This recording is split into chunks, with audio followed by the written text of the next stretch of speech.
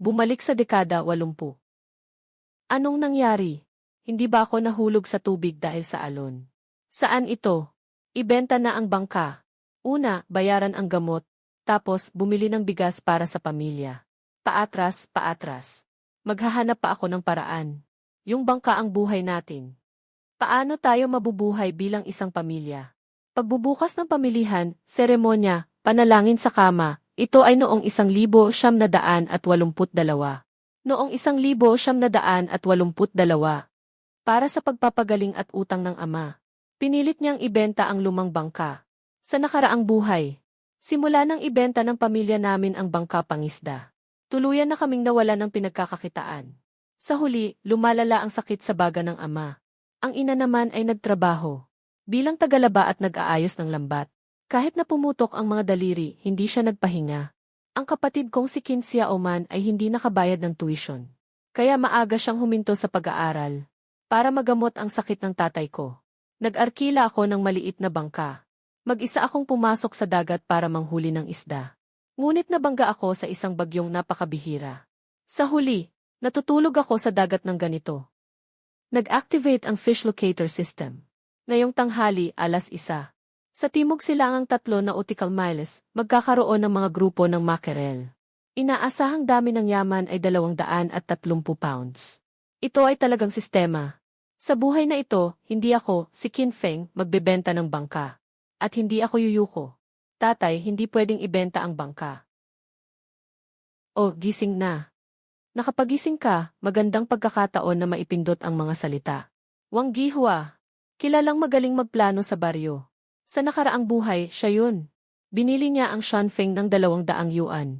Ibebenta niya ulit. Kumikita siya ng 7 hanggang 800. Laokin, kanina pa natin na pag-usapan. Malapit nang masira ang barko mo na ito.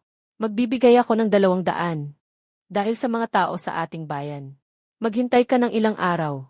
Huwag nang sabihin ang 200. Kahit libre, walang gustong kumuha. Tama, Fengzi. Mabilis, pirmahan mo na. May sakit ang tatay mo. Wala kang silbi. Gusto pa ng kapatid mo na mag-aral. Nakatayo ka lang sa isang sirang bangka. Gusto mo bang magutom ang buong pamilya mo? 200 yuan para bilhin ang buhay ng pamilya Qin. Malaki ang ambisyon mo. Qin Feng, huwag kang magpakabobo. Nandito ako para tulungan ang pamilya mo. Tulungan mo ang pamilya ko. Huwag mong samantalahin ang sakit ng tatay ko para makabili ng mura. Hindi ibebenta ang Shanfeng. Hindi ibebenta ngayon. At hindi rin sa hinaharap.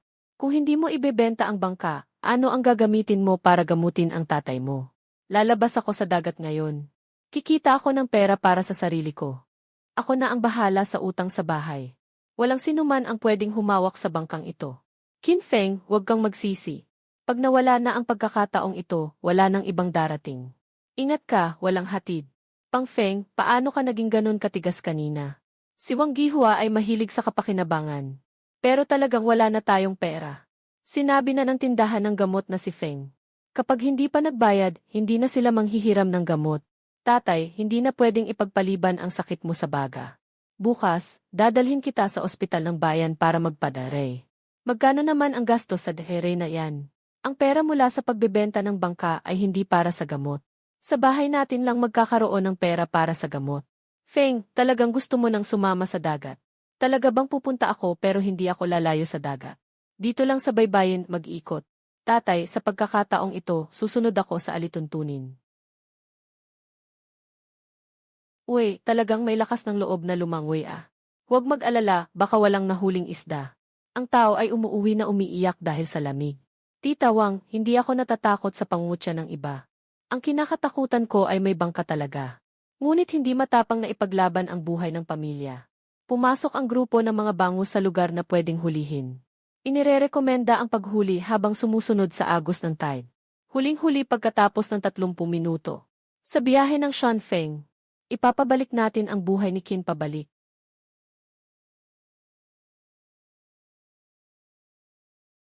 Totoo bang may laman? Ang unang huli ay may 3 pulgada at kalahating timbang. Ulitin natin. Malalayo na ang mga isda. Lakas ng hangin mula sa timog kanluran. Inirerekomendang bumalik na. Kung maghihintay pa tayo ng isang huli, baka makakuha pa tayo ng ilang kilo. Pero hindi pwedeng magpadalos-dalos sa paghuli. Kung sana ay makahuli siya ng isda, kinain ko ang kalahating palapag ng mga conch ng hilaw. Bumalik na ang Shanfeng. Ang bilis, tiyak na walang laman ang bangka. Ang daming mackerel. Dapat ay mahigit 100 pounds ito. Talagang nakakuha si Kinfeng. Pantay-pantay ang laki ng mga isda. Walang halo na ibang isda. Ang ganda ng bagay na ito ni Fengzi. Kabuang 186 pounds o. Narito ang pera mo. Ito ang utang na gamot ko dati. Kumuha ka ng ilang gamot para sa sakit sa baga.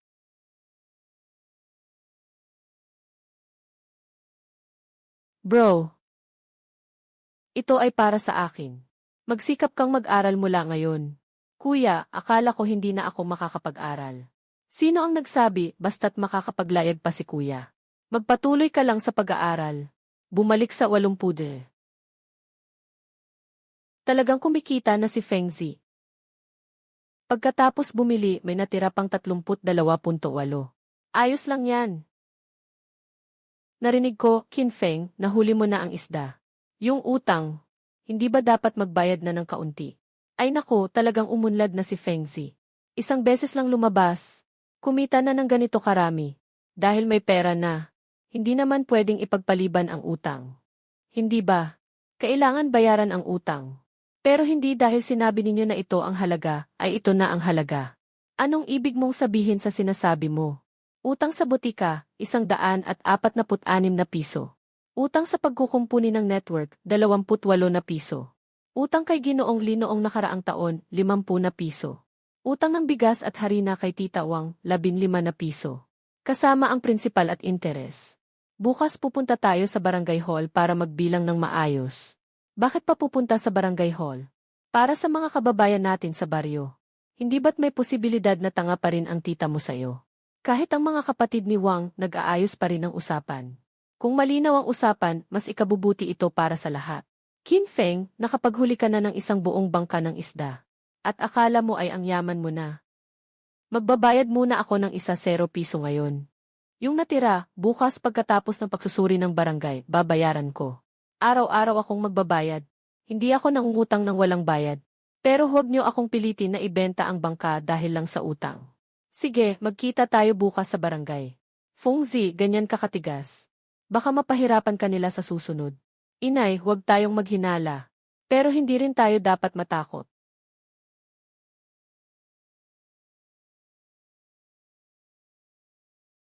Ang kabuang utang ng Qin family ay kailangang kalkulahin gamit ang makatwirang interes ni Pingsi. Ito ay 246 yuan at 3 jiao. Kahapon, si Qin Feng ay nakabayad na ng 10 yuan. Natitira pa ay 236 yuan at 3 jiao. Hindi tama yan, ang bigas at harina namin ay hindi lang 15. May sulat ba? Sino pa ang sumusulat ng sulat sa baryo? Kung walang sulat, hindi pwedeng basta-basta. Ang pamilya Qin ay may pananagutan. Kailangan niyong sumunod sa mga alituntunin. Si Qin Feng ay nagbabayad buwan-buwan. Hindi pwedeng basta-basta kunin ang nagpapautang ang barko. Huwag harangan ang daan para mangutang. Sobrang tigas ng kabataan. Sa huli, siya ang masasaktan. Matibay ba si Aunt Wang? Sasabihin ng buhay ang lahat. Nakatapos na ang bagong misyon. Matagumpay ang seguridad ng Ace Express. Bukas ng umaga. Peak ng resources ng mga kabibe saksitan Siargao. Target na panganib. Iwasan ang hilagang bahagi ng malambot na lupa. Gusto ng matatag na kita.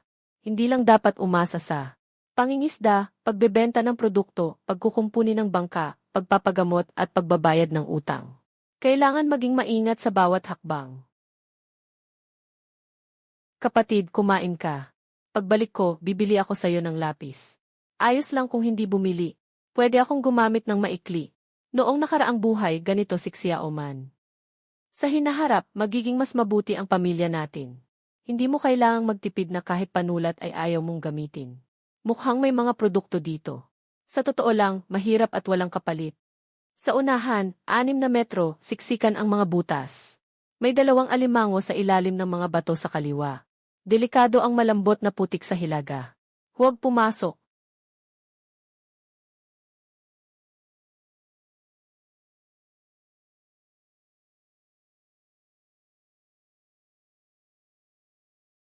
Sobrang masagana dito. Pungzi, nakarating ka sa bodega ng hari ng mga dragon. Swerte ka, makakahuli ka ng kalahating basket. Huwag mo akong lokohin. Huwag mo akong lokohin. Dito, nakapunta na ako ng ilang beses. Kahit maghukay ng matagal, kulang pa ang isang mangkok. Tumingin sa alon, sa butas, sa bagong putik. Bakit wala akong makitang kahit ano habang naghukay ka dito? Dito, yesan. Hey! Maghukay ka pa dito. Heyo!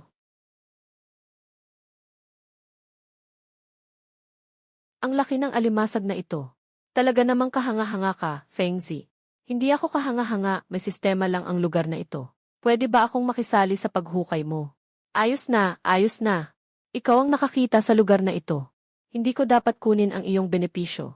Sa nakaraang buhay, pagkatapos ibenta ng pamilya Qin ang kanilang bangka, tanging bato na lamang ang natira. Nagtatago silang naghatid ng bigas sa gabi. Talagang pinapagawa mo ako. Kung magtatrabaho ka, may bahagi ka. Pang, talagang mabait ka.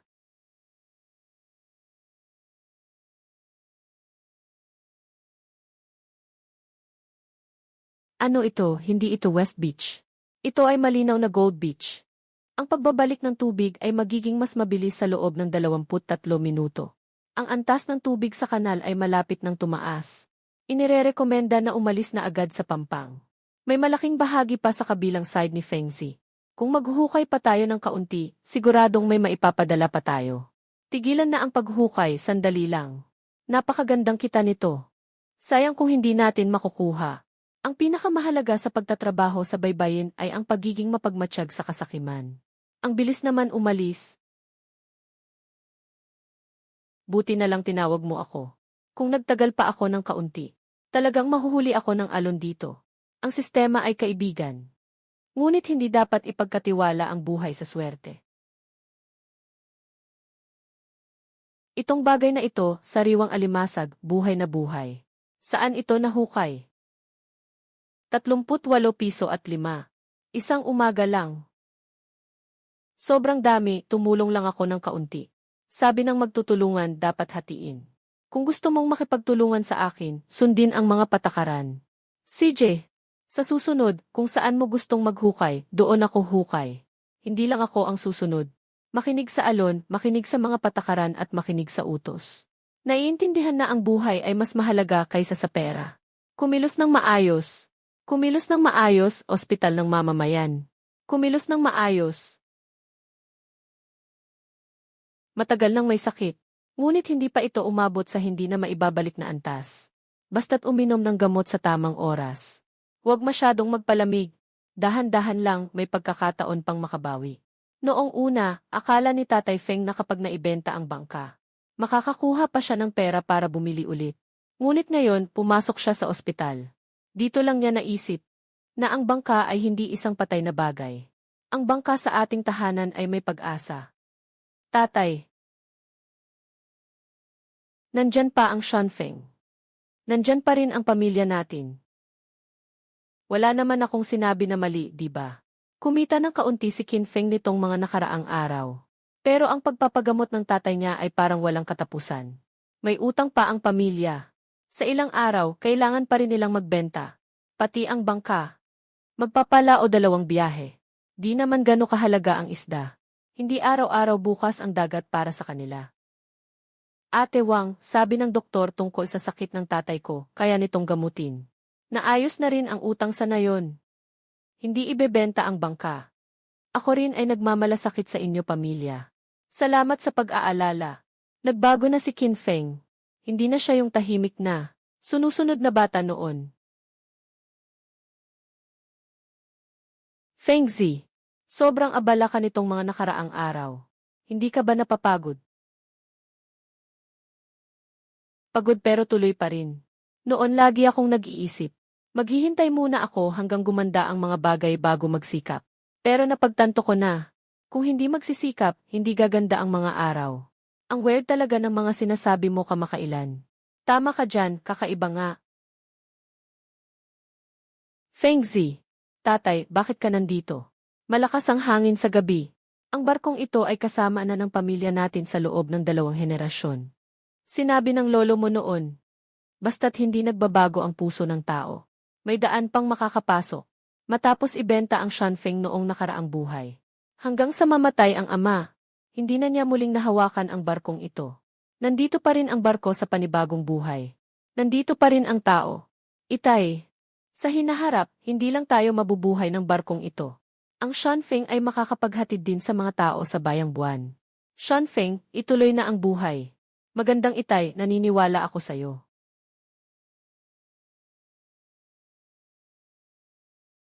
Kuya, pupunta na ako sa paaralan.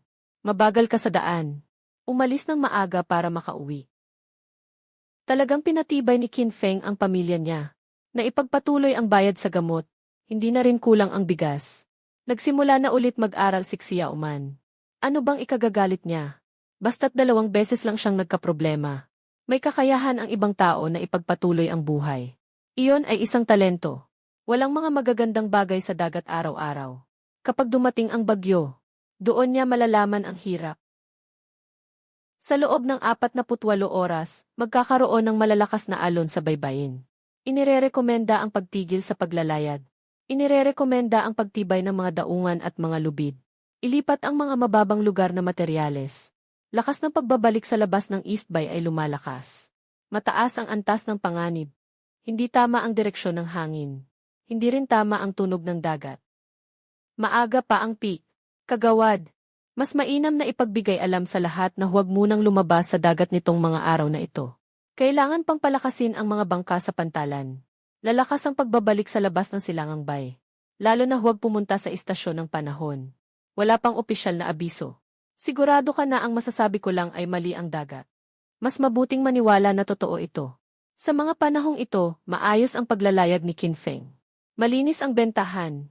Malinaw din naman. Hindi siya yung tipo ng taong nagsasabi ng walang katotohanan.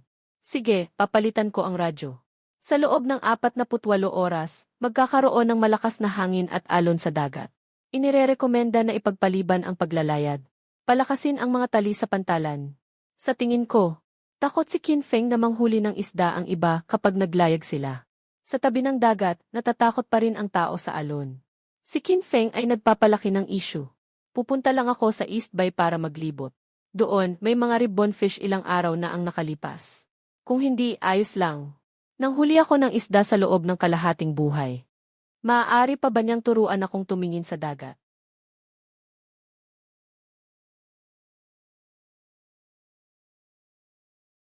Hindi maganda. Hindi umuwi si Lawang kagabi. Pumunta si Wang Gihua sa dungguan kasama ang kanyang lalaki. Hanggang ngayon, hindi pa bumabalik si Lawang. Si Lawang Anong gagawin natin, Feng Jie? Ipaalam sa istasyon ng pangingisda. Maghanda ng lubid. Mainit na tubig para sa mga damit. Feng Zi, gusto mo bang lumabas sa dagat? Sa ganitong hangin at alon, ang paglabas ng Shanfeng ay magdudulot lamang ng gulo. Dapat may tamang paraan sa pagligtas. Hindi ito tungkol sa pagiging bayani. May liko sa labas ng baybayin ng rescue boat. Kung ang lumang bangka ay pumasok sa tubig, maaaring mahila ito sa hilagang bahagi ng crossline. Pumasok mula sa hilaga. Mas matatag ang paghatak pabalik. Tama si Qin Feng, dapat itutok sa harap. Madaling mag-sideways ang bangka. Pumasok mula sa hilaga. Sige, agad kong aayusin ang motorboat. Ilagay ang mainit na tubig sa silong. Kumuha ng 3 set ng tuyong damit. 2 pirasong lubid bilang reserba. Nakahanda na ang stretcher. Sino ang may luya para maglaga? Hindi pa bumabalik si Qin Feng. Huwag magpanik. Ang buong katawan ay nagyelo, namumula ang labi. Pero nailigtas ang buhay. Ikaw, hindi ka nakikinig. Tama ang pagtukoy sa lokasyon. Kapag nagtagal pa, delikado na ang tao. Si Tia Qin Feng ay may pagkukulang sa iyo noon. Basta walang masama sa tao, ayos lang. Magaling ka, Qin Feng. May kakayahan ka at matuwid ang puso. Tumaas ang reputasyon sa tamang paraan. Pinalawak ang saklaw ng babala sa kondisyon ng dagat. Gantimpala sa panahon ng pangingisda sa baybayin. Mapa ng mga resurso. Sa wakas, tunay na may naisip na ako. Hindi lang dapat ang Qin ang makabangon sa bayang buwan. Dito, ang mga nakatira sa tabing dagat. Dapat ay may mas matatag na daan. Pagkatapos ng unos, malinaw na nagbago ang puso ng mga tao sa bayang buwan. Nakita rin ng pinuno ng bayan ang pagkakataong ito. Nagkaroon ng pulong sa barangay. Isang bagay lang ang tatalakayin ngayon. Pagsasanay na magkakasama. Pagtitinda na magkakasama. Sino ang gustong sumali? Paano kung may malugi, sino ang mangunguna? Sige, ikaw na ang magsalita. May 3 bagay lang akong sasabihin. Una, kumain sa dagat, kailangang pumasok sa dagat. Pangalawa, para mapabuti ang buhay, kailangang sumunod sa mga patakaran. Pangatlo, ang isang tao na matatag at mayaman ang tunay na tagumpay. Paano ka magagarantiya na may isda at hindi ka mapapahama? Huwag magpadala sa alon, huwag lokohin ang mga mamimili. Basta't malinis ang produkto at malinaw ang mga tala. Makakalakad ka ng matagal sa daan. Ang usapan na ito ay tungkol sa dati nating paraan na bawat isa ay nag-aagawan. Sino man ang makakuha, kanya na iyon. Sa maikling panahon, parang kumita tayo ng kaunti. Ngunit unti-unti nang naubos ang isda. At lalong bumababa ang presyo ng mga bilihin. Sa pangmatagalang pananaw, hindi ito maganda. Makikipagtulungan ako kay Kinfeng. Tama ang paghahati niya sa kita. Maliwanag ang mga account. Subukan ko rin. Sira ang bangka ni Tia Kinfeng. Mahina pa ang katawan ni Lao Wang. Maaari ba siyang gumawa ng kaunting trabaho sa grupo? Pero ulitin ang mga patakaran. Bawal ang magnakaw ng kargamento. Kung kaya mong magdulot ng gulo, dumaan ka na. Naalala mo, auntie. Ang koponan ng pagsunod sa batas sa pangingisda sa baybayin ng buwan. Nakapaskil na ang listahan, nag-report bago lumarga. Tingnan muna ang hangin bago pumalaot. Pagkatapos manghuli, maghati-hati ng mga isda. Hatiin ayon sa laki at kasariwaan. Kinabukasan, magtala ng kita mula sa bentahan. Ipapakita agad ang listahan sa araw na iyon. Pagod ka ba, Xiao Man? Hindi, kuya. Gusto kong magbilang. Kung malinaw ang mga account, hindi mag-aaway ang lahat. Mula ngayon, ikaw na ang accountant ng team. Tutu. Buwan ng 20, taon 202, malinis ang mga kalakal ng team. Maayos ang mga detalye sa pag-uri. Mabilis. Nakita agad ng mga tagatanggap sa bayan. Kayo mismo ang nagkahiwa-hiwalay nito. Enero 202, Enero 203, taon 202, Enero, hatiin ayon sa laki. Hatiin ayon sa laki. Pumili ng mga patay na. Bawat kahon ay may petsa at numero ng barko. Maganda, dati akong pumupunta dito para tumanggap ng mga kalakal. Pebrero 2020, ayos, dati pumupunta ako dito para tumanggap ng mga kalakal. Ang pinakaayaw ko ay yung laman ng basket ay halo-halo ang maganda at pangit. Sa mga paninda ninyo, maaaring maisama sa listahan ng mga stable na supplier. Ang listahang ito ay nangangahulugang hindi na kailangang araw-araw makipag-agawan sa mga maliliit na mamimili para sa presyo. May katiyakan na may mapupuntahan ang mga isda. Mayroon ng matibay na merkado. Ngunit ito ay simula pa lamang. Nagtitiwala sa atin ang iba isang beses. Kailangan nating panindigan iyon. Matapos makuha ng kooperatibong grupo ang pagkakataon sa matatag na supply. Malinaw na umunlad ang kanilang kalagayan. Bumili sila ng unang batch ng mga refrigerated box. Nagtayo rin sila ng sorting shed sa pier. Kumikita na sila. Bakit hindi pa sila nagbibigay ng mas marami? Siguro 10 piso ngayon. Bukas masira ang barko, sino ang mag-aayos? Hindi tayo bibili ng life rope ngayon. 20 pondo para sa safety equipment, 25, 13, sino ang sasagot kung may masamang mangyari bukas? Pondo para sa safety equipment, sino ang sasagot kung may masamang mangyari bukas? Hindi nagkakaisa ang grupo para maglaro lang ng sugal at maghiwa-hiwalay. Gusto natin magtagal. 151,640, dahan-dahan lang.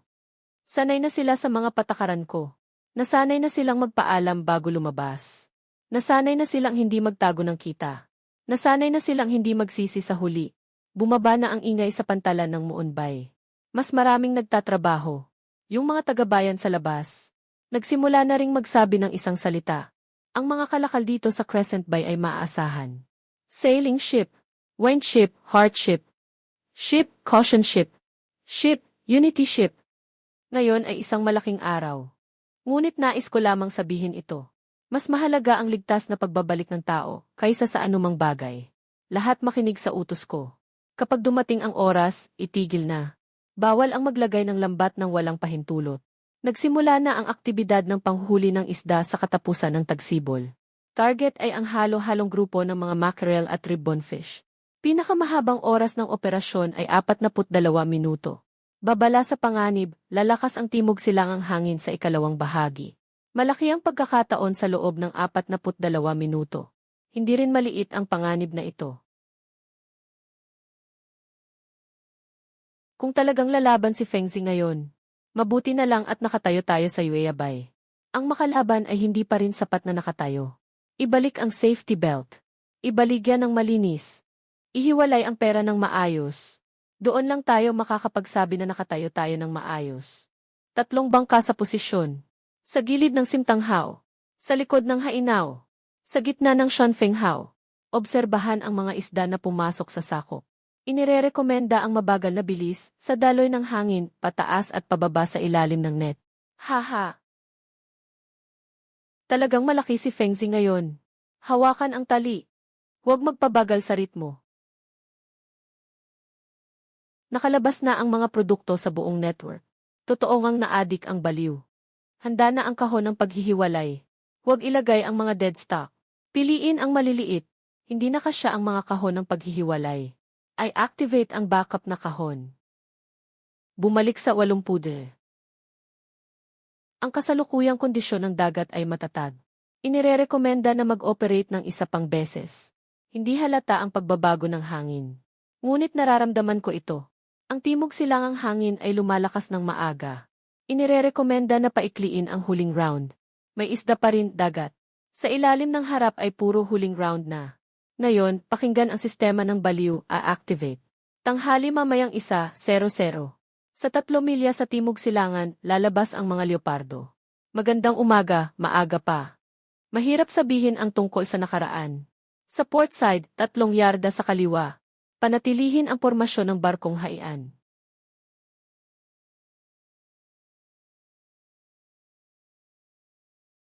Bumalik na, 3 barko ang bumalik na.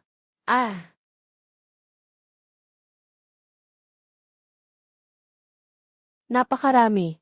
Sikat na ang Crescent Bay ngayon. Sundin ang mga patakaran.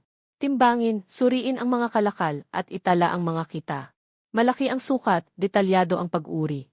Mababa ang pagkalugi, Kinfeng. Talagang napabilib ninyo ako sa Yuya Bay. Ha. Hindi lang ito sa akin. Ito ay nagawa ng lahat sa pamamagitan ng mga patakaran. Bawat transaksyon ay malinaw na nakasulat. 0.0 yuan 75.56 bawat transaksyon ay malinaw na nakasulat 7 yuan. 56 pula na bahagi 5.7 yuan dati nag-aalaga ng isda 6.0 yuan. 0.0 yuan 6 pula na bahagi nagpadala ng 50 dati nag-aalaga ng isda 6.5 yuan. 50 alo na bahagi 0.5 yuan 57 ang pera ay nawala sa loob ng ilang araw 27 yuan. Ang pera ay nawala sa loob ng ilang araw. 4.0 yuan hindi maipaliwanag ang mga account. 255.0 yuan 4.0 yuan 4.0 yuan hindi maipaliwanag ang mga account. 253.0 yuan 4.0 yuan 255.0 yuan 4.0 yuan ngayon. 253.0 yuan 6.80 6.0 yuan 255.0 yuan 4.0 yuan 4.0 yuan sa unang pagkakataon may nagdala ng buhay ng lahat. Ito ang kauna-unahang pagkakataon na nakasulat ng malinaw sa papel ang araw ng lahat. Na ang lahat ay nakasulat ng malinaw sa papel. Talagang naibalik ni Fung ang bangka. Hindi lang niya naibalik, kundi naibalik din niya ang araw ng lahat. Nabalitaan mo na ba? Sa pagkakataong ito, malaking kita ang nakuha sa pangingisda. Di ba? 3 bangka ang bumalik na puno. Sa tingin ko, swerte lang iyon. Saktong-sakto sa isda. Hindi naman lahat ay swerte. Si Qin Feng talagang magaling tumingin sa dagat. Yung batang iyon may kakaibang talento. Sinasabi pa niyang magaling tumingin ang hangin. Sinasabi nila na swerte ka lang. Bakit hindi mo ipinaliwanag? Mabenta ang produkto. Tandaan ang mga tala. Ang mahalaga ay ang maayos na pamumuhay ng lahat. Pero palagi nilang sinasabi na swerte lang tayo. Ang swerte ay makakapagpanalo ng 1 beses. Mga patakaran at tiwala. Ang mga ito ang magdadala sa atin sa patuloy na pag-unlad. Magkakaroon ng palihan sa pagpapalitan ng kalakal sa county ng Pabo. Lahat ng supply point sa bawat baryo ay maaaring sumali. Tukoy ni Feng Jiangu. Ipapadala natin ang sample at talaan ng account sa Yueyabay. Sa nakaraang bayan. Palihan. Di ba't para lang magpakitang gilas? Kung sakaling makakuha tayo ng registration sa bayan. Pagkatapos ng buwan, magiging maluwang na ang daan natin. Ang mga sample ay may pinakabago. Ang mga libro ng account ay kumpleto. Sige, ipapagawa ko. Pupunta rin si Xiaoman. Kuya, pupunta rin ako. Ikaw ang pinakaalam sa mga account. Kung hindi ka pupunta, sino ang pupunta? Huwag kang matakot, Xiaoman. Sinabi ng kuya mo na pumunta ka. Siguradong nagtitiwala siya sa nanay mo. Natatakot akong mapahiya sa kuya. Hindi ka naman para sa akin magpakilala. Nandito ka para linawin ang mga usapin sa Yuyawan. Kuya, kaya ko ba talaga ito? Kaya mo dahil ito ang mga usaping ito. Bawat tala ay gawa mo mismo.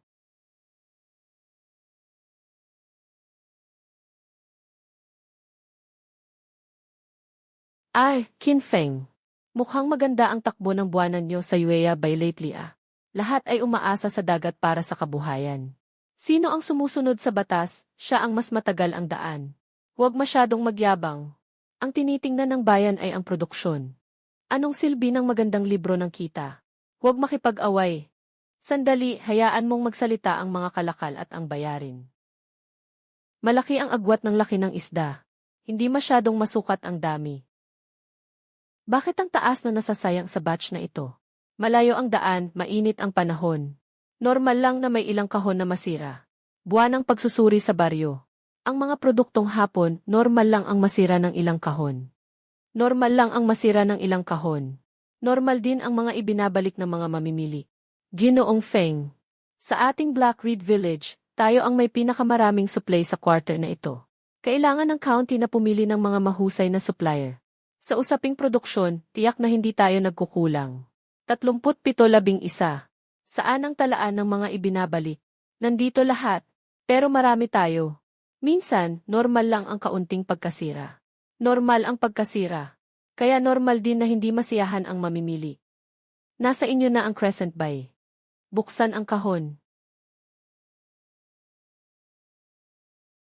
Magandang isda. Pantay-pantay ang laki. Mukhang malinis ang batch na ito. Siyempre, pwedeng pumili ng magaganda sa mga sample. Sino ba ang hindi makakapili ng ilang basket ng magagandang produkto? Ito ang aming kuponan sa pakikipagtulungan. Tala ng supply sa loob ng 3 buwan. Timbang, presyo, at dibidendo ng bawat batch ng produkto. 28 pampublikong talaan. Nandito lahat. Xiaoman, ikaw ang magsalita. Xiaoman, sabihin mo ng totoo. Ito ang talaan ng mga isdang makerel mula sa simula ng Marso. Naghatid ang Shanfeng ng 186 pounds. Ang halagang ito ay para sa mga gastos sa gamot. Ang halagang ito ay para sa mga gastos sa pagkukumpuni ng bangka. Ang halagang ito ay pambayad ng pamilya. At hiwalay ang talaan ng pondo ng kooperatiba. Matapos itatag ang kooperatiba. Ang mga talaan ay nahahati sa 3 kategorya.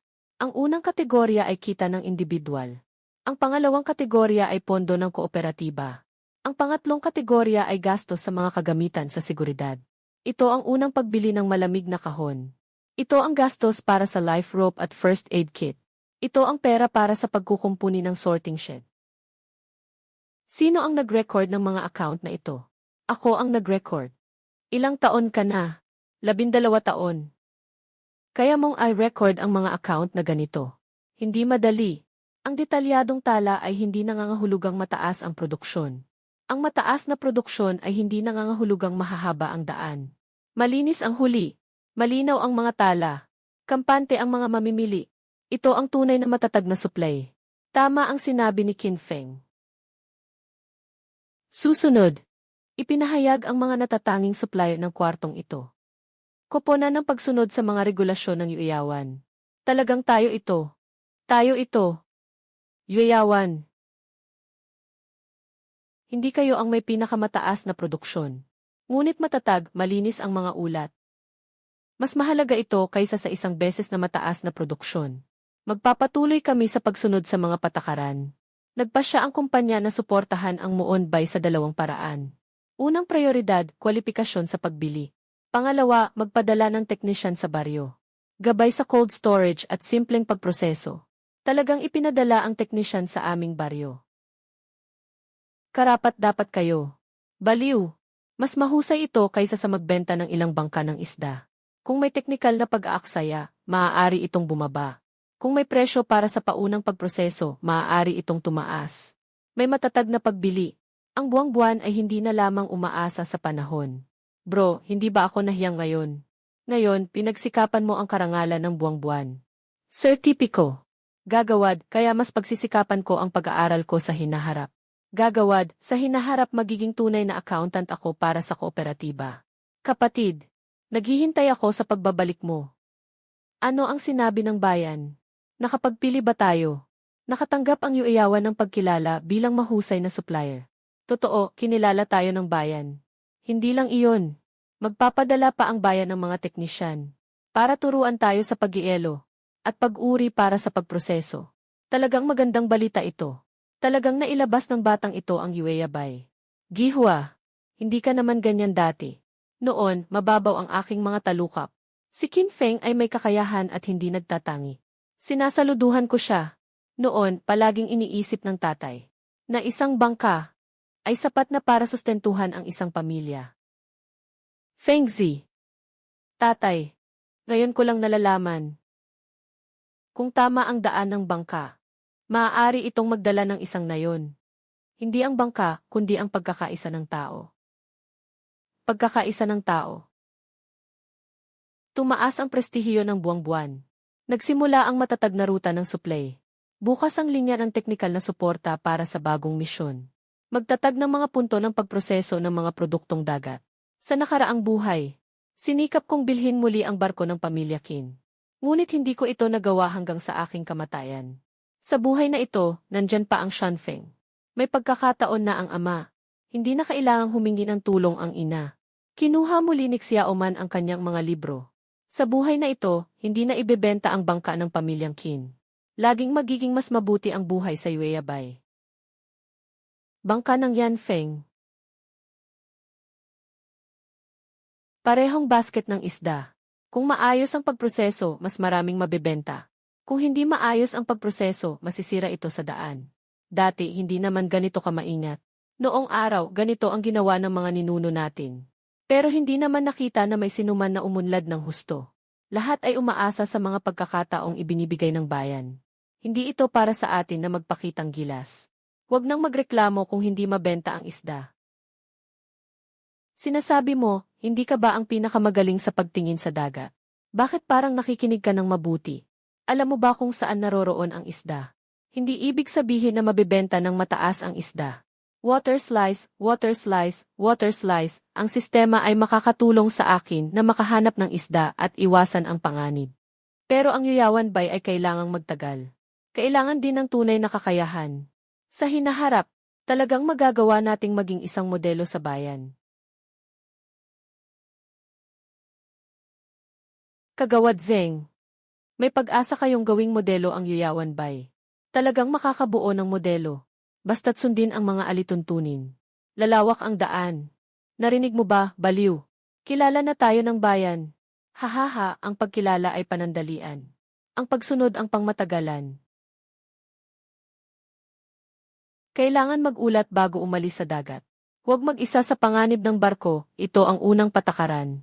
Ikalawang patakaran, huwag mag-isa sa panganib ng barko. Ikatlong patakaran, huwag gumamit ng labag sa batas ng mga kagamitan sa pangingisda. Ikatlong patakaran, huwag mag-isa sa paggawa ng iligal na gawain. Ikaapat na patakaran. Ikatlong patakaran, huwag mag-isa sa paghawak ng iligal na kagamitan. Ikaapat na patakaran. Kaso, huwag magtangkang magpanggap na may kooperatiba o magtayo ng peking koponan. Huwag magbenta ng produkto. Ikalima patakaran.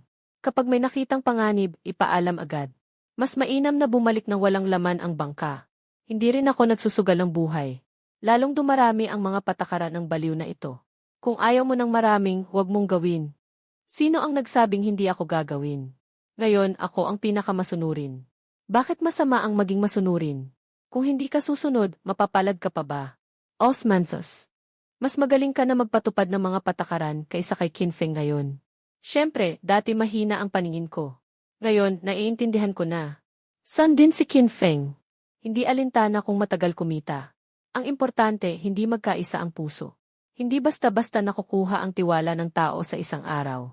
Kailangan paulit-ulit na magtiwala sa paglalakbay. Paulit-ulit na pag-ulat. Laging puno ng pasahero. Pik, gusto ni tatay mong makita ang barko. Hindi ko mapigilan. Tatay, napakalakas ng hangin, bakit ka nandito? Hindi naman ako ganun ang kasentimental. Gusto ko lang siyang makita. Matagal lang kasama ang barkong ito sa amin 2 henerasyon. Kung nakita ng lolo mo siya, siguradong matutuwa siya ngayon na tumatakbo pa. Tatay, marami pang taon siyang tatakbo. Tatay, naniniwala ako sa iyo. Ngayon, ako na naman ang nanguna sa pagsusulit sa matematika. Totoo yan. Sabi ng guro, maaari na akong mag-aral sa bayan sa hinaharap. Talagang masipag si Xiao Man. Mas kapanipaniwala pa ang marka niya kaysa sa full stock na isda. Sa hinaharap, hindi lang mag-aaral si Xiao Man sa bayan. Kailangan din niyang mag-aral sa mas malalayong lugar. Pero babalik pa rin ako. Spring na nagtatanim ng berde, babalik pa rin ako. Gusto kong mga siwa sa kooperatiba. Hindi pwedeng magwaldas ng pera ang lahat. Itong basket ay 83 kilo. Tandaan mo ng maayos. Huwag magkamali sa pagbibilang. Huwag magkalat sa paghugas ng basket. Huwag haluan ng tubig ang account book. Sabi ni Qin Feng, hindi pwedeng mag-utos na walang patakaran. Ito ang gusto kong makita. Bayan ng buwan ay hindi pabor sa sinuman. Hindi rin ito tungkol sa pag-asa sa pakinabang. Ang tunay na nagpapabago sa buhay. Hindi lang ang pagtuturo ng isda. Yung araw na nagbenta ako ng bangka, naglakas loob akong tumayo. Yung sa konseho ng barangay na inayos ng maayos ang mga account. Yung pagtulong sa nalulunod sa bagyo ng hindi nagmamalaki. At ngayon, itayo ang mga patakaran ng koponan. Isa-isa. Marami pa tayong lalakbayin sa Shanfeng No.